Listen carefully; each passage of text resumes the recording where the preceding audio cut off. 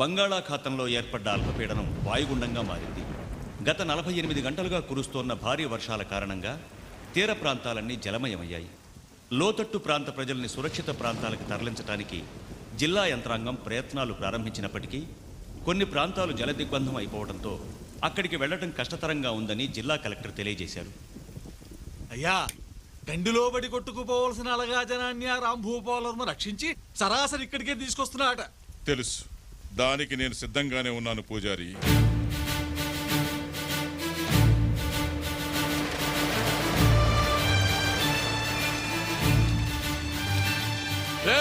దిగండి దిగండి, అందరూ దిగండి. రే రంగా, పిల్లల్ని పెద్దవాళ్ళని జాగ్రత్తగా తీసుకు. త్వరగా రండి. ఆగండ్రా, ఏంటి ఎగేసుకుంటూ వస్తున్నారు? మా తాతని గుడి కట్టించింది మీలాంటి అలగా జనం వచ్చి అపవిత్రం చేయడానికి కాదు. దేవుడుండేది గుళ్ళో కాదు, జనం గుండెల్లో. అలాంటి వాళ్ల వల్ల గుడి అపవిత్రమవుతుందని దేవుడు తలదించుకునేలా మాట్లాడకు. మాటలు అనవసరం, వెనక్కి వెళ్ళిపోండి. వచ్చింది వెళ్ళటానికి కాదు. వెళ్ళకపోతే మీ తలకాయలు తెగిపోతాయి. నీలకంఠవర్మ, ఈ చుట్టుపక్కల గ్రామాల్లో నా గురించి చెట్టునడిగినా, పుట్టనడిగినా, పుట్టబోయే బిడ్డనడిగినా చెప్తారు.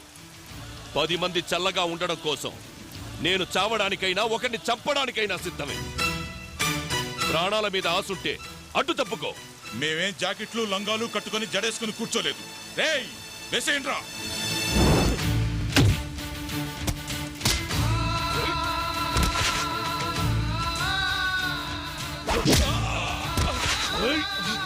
అడ్డు తప్పుకోకపోతే తెగిపడ్డ మీ తలలు తొక్కుంటూ లోపలికి వెళ్లాల్సి ఉంటుంది. రేయ్, తప్పుకోండ్రా.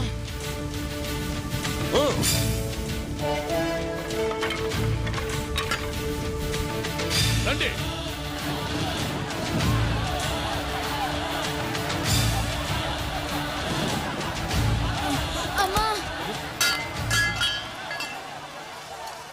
రే రే, వీడు అమ్మా నాన్న ఎవర్రా? నాకు ఎవరు లేరయ్యా.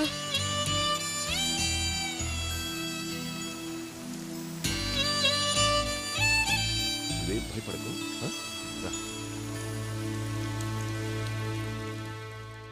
అయ్యా, దేవుడి ప్రసాదంలో విషయం కలుపుతున్నారేమిటండి?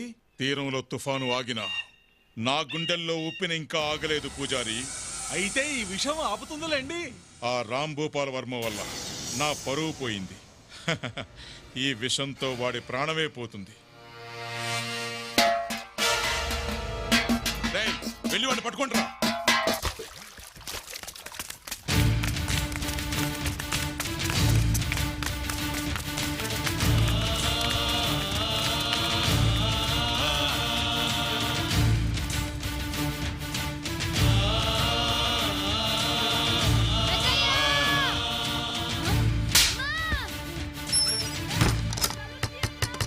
రండ్రా.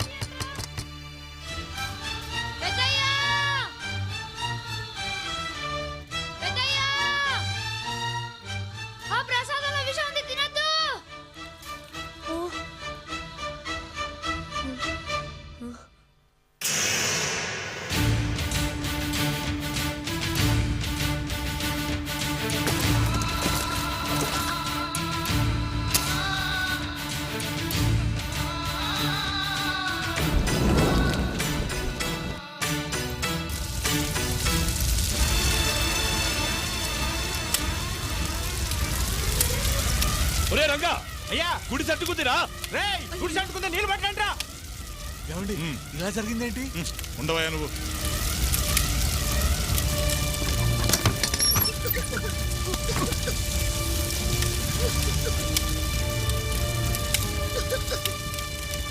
తీసుకురండి, త్వరగా తీసుకురండి. రే, ఆ కుర్చీ పట్రా. రా బాబు, ఇలా కూర్చో. ఇదిగో ఈ నీళ్లు తాగు. నువ్వు లోపలుంటే బయట గొళ్ళె ఎవరు పెట్టారా? ఆ నీలకంఠవర్మ పూజారి కలిసి మీకిచ్చిన ప్రసాదంలో విషం కలిపారయ్యా. ఈ విషయం చెప్పేస్తానని నన్ను లోపలేసి గొళ్ళెం పెట్టారయ్యా.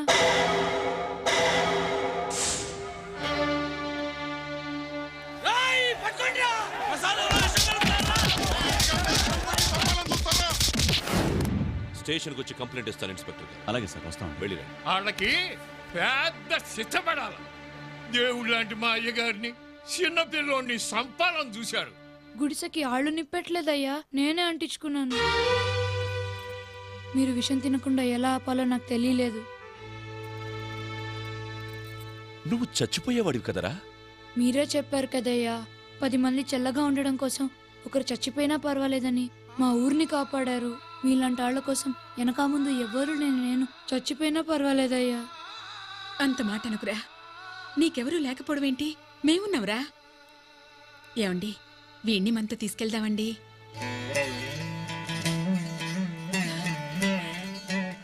నీ పేరేంట్రా? సింహాద్రి.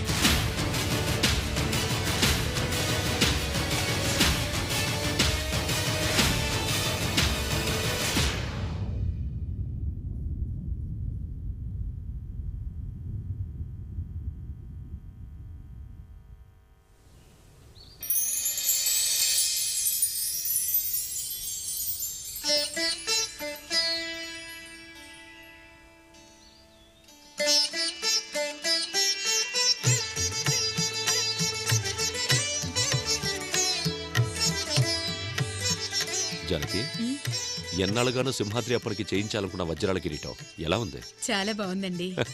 చేయించింది సింహాద్రి కదా, స్వామి వారు కూడా నచ్చి తీరాలి. చాలా బాగుంది నాన్నగారు. అల్లుడు గారు ఎక్కడ? నేను రెడీ మామయ్య గారు.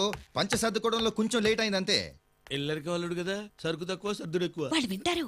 రే తలుపులో అయ్యగారు సింహాద్రి ఎక్కడరా? పూలదండలో సామాన్లు తీసుకొని బజార్లో జాయిన్ అవుతానన్నాడు. బావగా రెడీ అయితే ఆయన కూడా బయలుదేరమా. అలాగే.